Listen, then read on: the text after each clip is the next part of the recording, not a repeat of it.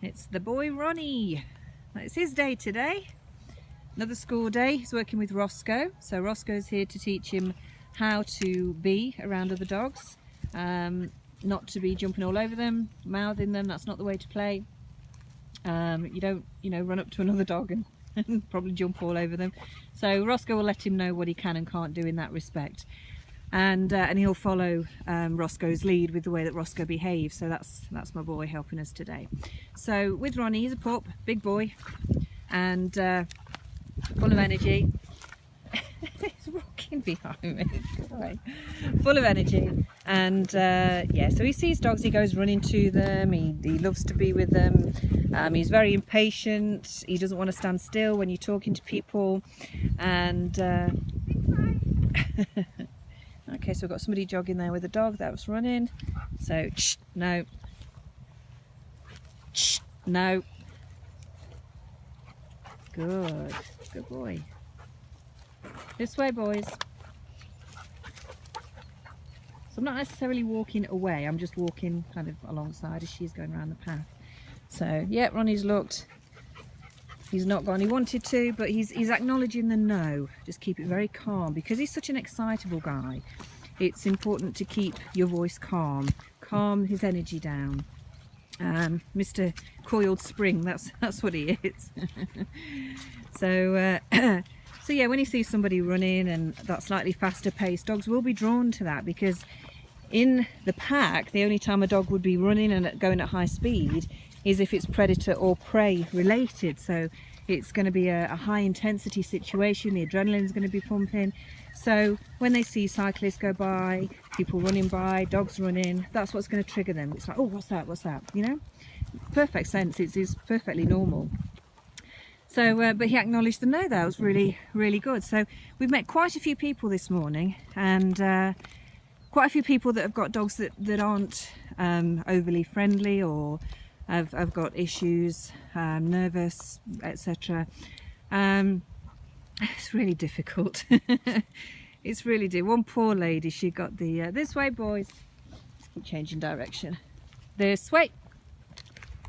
One lady, she got a dog that was a rescue. A lot of people have got rescue dogs nowadays, which is great.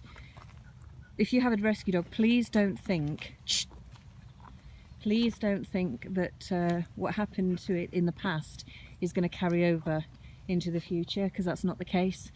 You don't need to know what happened to them. You don't need to feel sorry for them, because once they come into your home with your energy, with your routine, it's a very different story. They will change overnight. They don't need to be in that poor, sorry rescue state. There will be certain elements of their behaviour that's conditioned, reactive. So, if loud noises have scared them in the past, if they've had a bad experience in the car, then yeah, you're going to have to work at building the confidence that way. But we don't have to rule it off and say, oh no, he won't travel, never travel again. No, he got attacked by a dog. He'll never be anywhere near dogs again. I'm always working with dogs that have been in fights, and yeah, you can work with them. So there is no issue that's just their character. It'll never change. I've learned to live with it. That's not the case. Let's work with your dogs. Let's get them past that anxious, reactive state so that they can relax and be happy, and so that they're not worried when they see another dog. And you're not worried when you see another dog. So let's get it all balanced, because it can be done. There is no issue with a dog that you cannot work with. I don't believe that nothing can be done. So anyway, we've met a good selection of people. We've had a lurcher, we've had 2 spaniels. They were dashing and running around everywhere.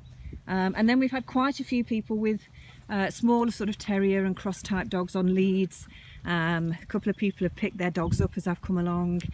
And I have had them on a lead quite a bit, these two, because I seem to be meeting one after the other of people with, with dogs that they didn't want to socialise with these two.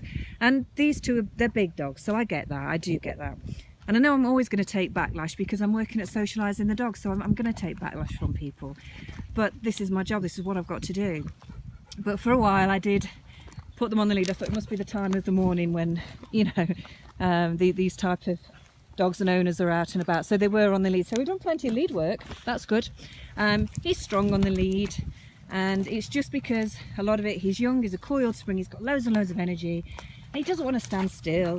I've met some really, really lovely people this morning as well. So there's been a lot of standing still and talking, and he doesn't want to stand still, but he's had to, okay?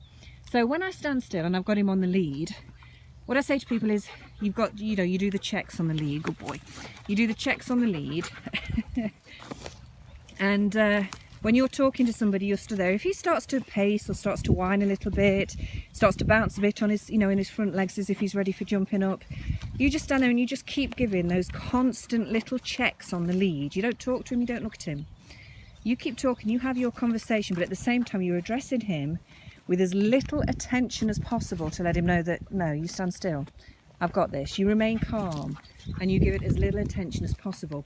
The reason why Roscoe is so good with an over playful pup is because for the most part, when they're just over playful and they're jumping on him and they're mouthing him, what he does is ignore them. He'll be moving along and he'll just stand still, completely ignore them, and then walk again. And that's what dogs will do. They will give a behaviour that they don't want, they will give it as little attention as possible, okay? Only if they absolutely have to will they address it. And it's a very quick snap and it's addressed and then they move on. And that's how your communication, your conversations have to be. When you're telling the dog and addressing the dog for doing something it shouldn't be doing, you've got to keep that conversation really, really short and blunt, just like a dog would. So you address it and then you look away and you carry on. You basically carry on like nothing's happened. End of conversation. So the more clear, calm you can be, the better, okay? The knock-on effect is massive, because the dog will then accept your leadership, will accept that you're calm, that you're in control, will trust you, won't panic when something comes along because they know you've got it, they know you remain calm with it all. It just goes on and on and on. So all these tiny little body language and little ways of addressing the dog, they all play a huge part in the bigger picture. And again, with the walk on the lead, making sure that Ronnie is at the side of me. I do lots of random stops to stand still, look around. Don't look at him, I don't talk to him. I just stop, look around. If I need to address him at all, I give him the little checks on the lead, but I don't necessarily talk to him. And look at him. And then we keep walking. So you are dictating the pace of that walk, you are controlling that walk, you are in control of the environment that you're in. So the dog will be unreactive if he knows he can trust you. And by keeping your walks varied and going lots of different places, you remain interesting and you remain unpredictable. It's good to be unpredictable with a dog. They're always going to want to be with you because they want to go to different places. You take them to wonderful... Dogs love me because I'm all over the place. So I don't just physically exercise them, I mentally stimulate. And with a dog like Ronnie, with all this energy, it's more important than ever to go to different places and to structure the walk to try and control his mind and just slow his mind down that little bit. It's really important to do that because you have to mentally stimulate him. It can't just be physical. As well as that, he's a big dog, so he's still young. You can't really be walking for 5 hours a day because it'd be bad for his joints. So you've got to put the mental work into it. The mental work is what will drain them. The mental work is what will calm them down. So keep your walks varied. Don't be predictable. Don't do the same thing. Always make sure they've got lots of different smells, different surroundings, different things to look at, different noises, especially when they're pups, because that's the only way you're really going to calm them and drain their energy is by putting in that mental side of it as well. So this is us today.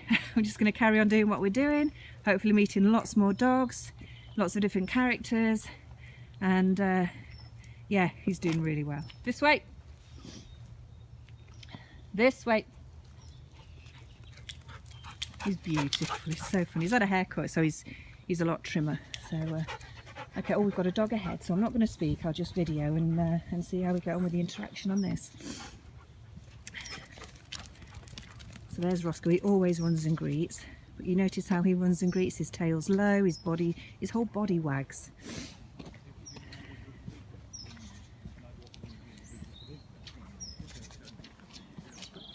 Okay, that's enough, boys. This way. Morning. Hello. Good, boys. This way. Perfect. That's a really good example of Ronnie's meet and greet at the moment. It really is polite, calm, controlled. He's doing so well this morning. This is really lovely. Okay, see you later.